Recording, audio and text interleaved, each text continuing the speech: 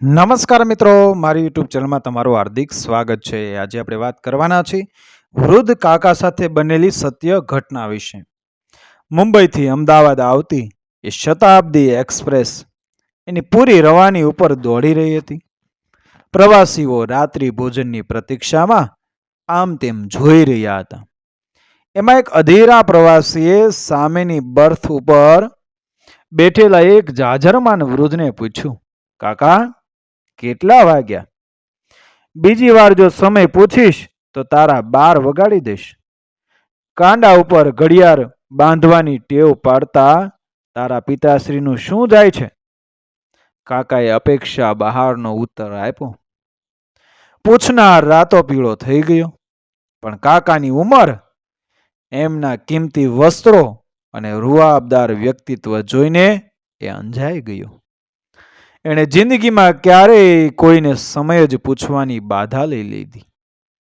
થોડી વાર પછી સામે બેઠેલા બીજા પ્રવાસીએ પૂછ્યું, કાકા ક્યાં જાઓ છો? સુરત, વડોદરા કે અમદાવાદ? જન્મમાં સાથે આવવું છે? ટિકિટના પૈસા હું કાઢીશ. કાકાએ તોપના ગોળા જેવો જવાબ આપ્યો. બીજી વિકેટ પડી ગઈ. ત્યાં વળી ત્રીજાને વાચા ફૂટી, કાકા તબિયત તો સારી છે ને? તું ડોક્ટર છે? કાકાનો શોર્ટ પીચ બોલ જેવો શોર્ટ ક્વેશ્ચન. પેલાના દાંડિયા ગુલ. કમ્પાર્ટમેન્ટમાં સન્નાટો. કાકાના નામનો આતંક છવાઈ ગયો.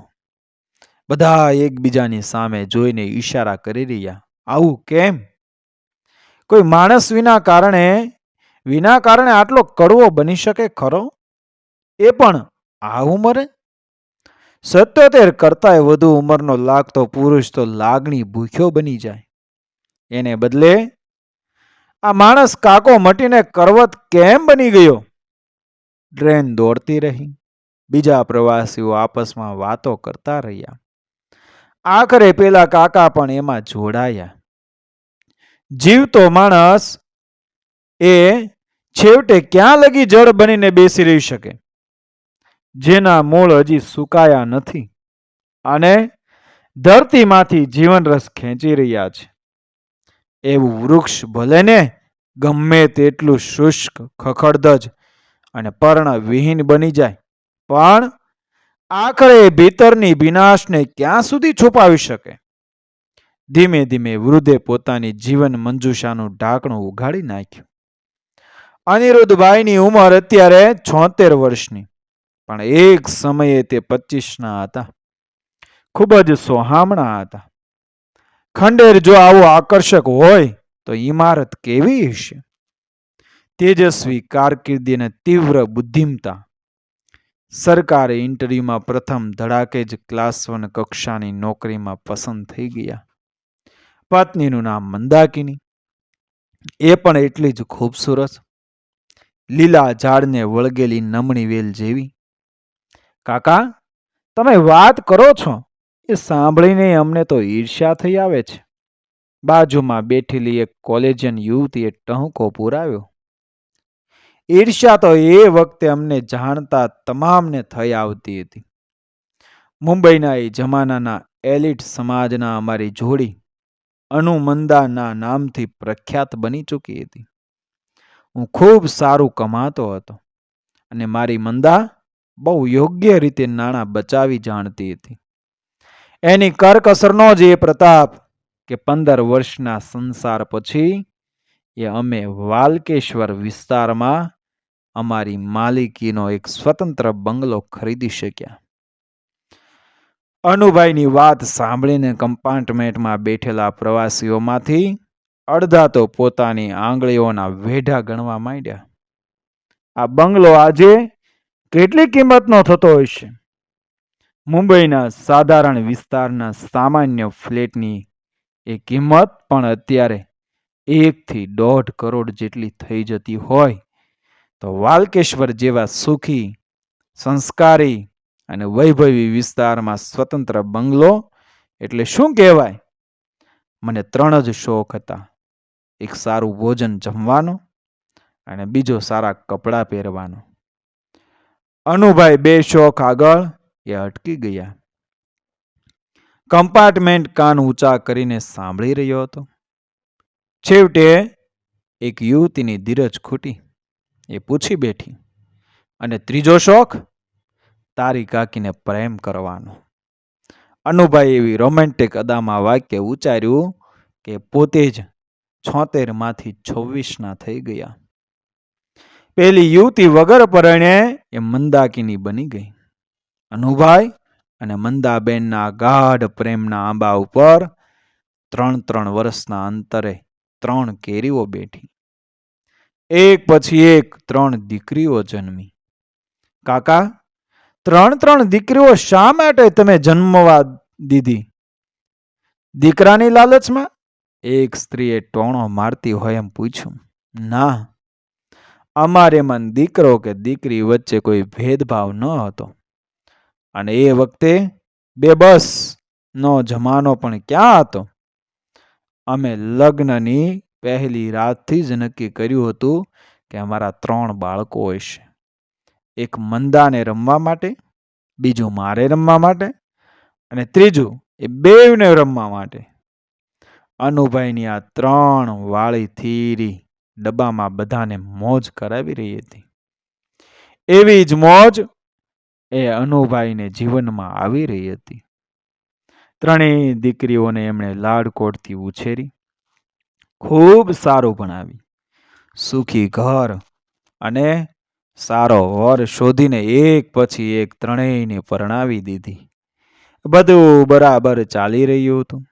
જિંદગીની ટ્રેન પૂરપાટ વેગે દોડી રહી હતી. ત્યાં જ એને બેવડો અકસ્માત નડી ગયો. અનુભાઈના બોલવામાં કંપન ભળી ગયું. હું 58 વર્ષનો થયો ત્યારે વિચાર્યું હતું કે હવે ઘરે બેસીને શાંતિથી મંદાની સાથે એ નિવૃત્તિ ભરી જિંદગી માણીશ. પણ અચાનક એ જ વર્ષે સાવ ટૂંકી માંદગીમાં મારી પત્નીનું અવસાન થયું. મારી ટ્રેન એ પાટા પરથી ખડી પડી. હવે મને ભાન થયું કે પત્ની ગઈ તે પહેલો અકસ્માત અને નિવૃત્તિ કાળ એ બીજી દુર્ઘટના. પ્રેમ ભૂખ્યો પુરુષ ક્ષણોનું ગણિત ગણતો થઈ ગયો. ઘડિયાળના કાંટાનો મોહતાજ બની ગયો. મંદાને પ્રેમ કરવો એનો શોખ હતો, આદત હતી, વ્યસન હતું. એના હાથની સ્વાદિષ્ટ વાનગીઓ જમવી એ બીજી પ્રિય આદત હતી. પત્ની ગઈ એની સાથે જ અનુભાઈના હૃદયમાંથી એ જીવન રસ ઉડી ગયો. 58મા વર્ષે તમે વિધુર થયા. અત્યારે તમે 76ના છો. એનો અર્થ એ થયો કે છેલ્લા 18 વર્ષથી તમે આવી રસ વગરની જિંદગી ઢસરડી રહ્યા છો. શું આ જ કારણ છે તમારી જીભ ઉપર આવી ગયેલી આ કડવાશનું? આ પ્રશ્ન પૂછનાર પ્રવાસી એ જ હતો જેણે સફરની શરૂઆતમાં જ અનુકાકાના મોઢેથી એના પિતાશ્રી સમાણી ગાળ ખાધી હતી. ના, કેરી ગમે તેટલી કહેવાય તોય કડવી તો ન જ વહાય. હું મધ જેવો મીઠો માણસ હતો. પોણા ભાગની જિંદગી સુધીમાં ન તો ક્યારેય એ ઝેર ચાખ્યું હતું ન કાઢ્યું હતું. મંદાના મૃત્યુ પછી પણ 10-12 વર્ષ તો મેં ખેંચી કાઢ્યા. પૈસાની ખોટ ન હતી, શરીર ખડતલ હતું. આખો દિવસ સાહિત્ય, સંગીત, મિત્રોની સોબતમાં પસાર થઈ જતો હતો અને ગમે ત્યારે ગમે તે હોટલમાં જમી લેતો હતો. પણ છેલ્લા 2-3 વર્ષથી શરીર લથડવા માંડ્યું. આંતરડા નબળા પડતા ચાલ્યા. મિત્રો પણ એક પછી એક બીચડે સભી બારીની જેમ મને એકલો છોડીને રવાના થયા. ત્યારથી એ મારી કંબકતીની શરૂઆત થઈ. અચાનક અહીં સુધીની વાત સાંભળ્યા પછી કોકને યાદ આવ્યું, તમારી દીકરીઓ શું કરે છે? એમાંથી કોઈ તમારી મદદે ન આવી? કેવી રીતે આવે? પરણીને સાસરે ગયેલી દીકરીઓ પોતાનો સંસાર સંભાળે કે બાપને સાચવવા દોડી આવે? સૌથી મોટી અને સૌથી નાની દીકરીઓ તો લોક લાજે પણ મને મદદ કરવા માટે ન આવી. વચેટ દીકરી આવીને કરગરી પડી, પપ્પા તમે મારી સાથે ચાલો, હું તમને પ્રેમથી સાચવીશ. મેં બંગલાને તાળું માર્યું. મંદા કરતા પહેલા 3 કિલોગ્રામ જેટલું સોનું બચાવતી ગઈ હતી. દીકરીઓને લગ્ન વખતે આપેલા દાગીના તો અલગ. મેં 3 સરખા ભાગ પાડીને 1 કિલો સોનું 3 દીકરીઓને વહેંચી દીધું અને વચલીની સાથે ચાલ્યો ગયો. અનુભાઈની જિંદગી હવે ડાંબરની લીસી સડક ઉપરથી ઉબડ ખાબડ રસ્તા પર ફંટાઈ રહી હતી. એકાદ મહિનો તો સારી રીતે પસાર થઈ ગયો, પણ એક દિવસ એ જમાઈને એ દીકરી સાથે આવો સવાલ પૂછતા એ સાંભળી ગયા. તારો બાપ હજુ ક્યાં સુધી જીવવાનો છે? એ ઝટ મરે તો વાલકેશ્વરનો બંગલો અને લાખો રૂપિયાની ફિક્સ ડિપોઝિટ તો આપણા હાથમાં આવે. એ જ દિવસે અનુભાઈ દીકરીનું ઘર છોડીને પોતાના બંગલામાંથી પાછા આવી ગયા. એક નોકર રાખી લીધો મકાનની સાફ સફાઈ માટે, એક બાઈ રાખી લીધી રસોઈ પાણી માટે. બાઈ 65 વર્ષની દુખિયારી વિધવા હતી. ત્યારે સવારથી જ એ બંગલામાં એ આવી જ હતી. બંને સમદુખિયા જીવ સાથે બેસીને ચા પીતા. પછી અનુભાઈ લાઇબ્રેરીમાં ઉપડી જતા.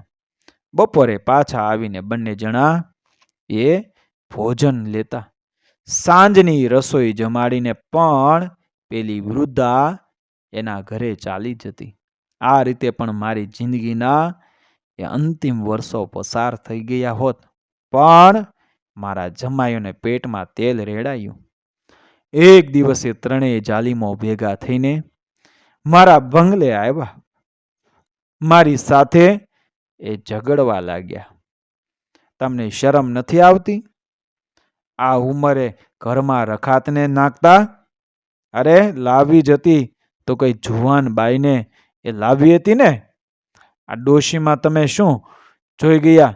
બસ મારું દિલ તૂટી ગયું. પેલી બાઈને મેં રવાના કરી દીધી. બંગલાનું તાળું મારી દીધું. વ્હીલ તૈયાર કરાવી લીધું. હવે આખો દિવસ ને પૂરી રાત દેશભરમાં ભટકતો રહું છું. મારા ઘરે ટપાલ વાંચવા પૂરતોય જતો નથી. હું ખુદ હવે ટપાલ બની ગયો છું. સરનામા વગરની ટપાલ. બસ ટ્રેનમાં જમી લઉં છું, ટ્રેનમાં ઊંઘી લઉં છું. ક્યારેક આવી જ કોઈ ટ્રેનમાં મરી પણ જઈશ. હું કડવો નહોતો, પણ જિંદગીના અનુભવોને મને એક કડવો બનાવી મૂક્યો છે. ટ્રેન દોડતી રહી, પણ પ્રવાસીઓના મન ક્ષુબ્ધ હતા. આખરે એક યુવાને મૌન તોડ્યું. કાકા માફ કરશો, એક નાજુક સવાલ પૂછું છું. તમારા વિલમાં તમે શું લખ્યું છે? મારી પાસે હજુ પણ 20 કરોડની એ સ્થાવર અને રોકડ સંપત્તિ છે. એમાંથી એ ફૂટી કોડીએ મારી દીકરીઓને નહીં મળે. મારો દેહ જ્યારે પડે, જ્યાં પડે ત્યારે જે ભલો ઇન્સાન મને અગ્નિદાહ આપવાનું પુણ્ય કાર્ય દાખવશે, એ જ મારી તમામ સંપત્તિનો એ વારસદાર બનશે. કાકાની વાત સાંભળીને ડબ્બામાં સન્નાટો પ્રસરી ગયો. મિત્રો, વિડીયો પસંદ આવ્યો મારી ચેનલ સબસ્ક્રાઈબ કરો, ફોલો કરો, શેર કરો. મળી આવી જ ઘટના અને પ્રેરણાદાયક વાર્તાઓ સાથે આગળના વિડીયોમાં બન્યા રહેજો મારી ચેનલ સાથે. જય શ્રી કૃષ્ણ, રાધે રાધે, જય શ્રી રામ.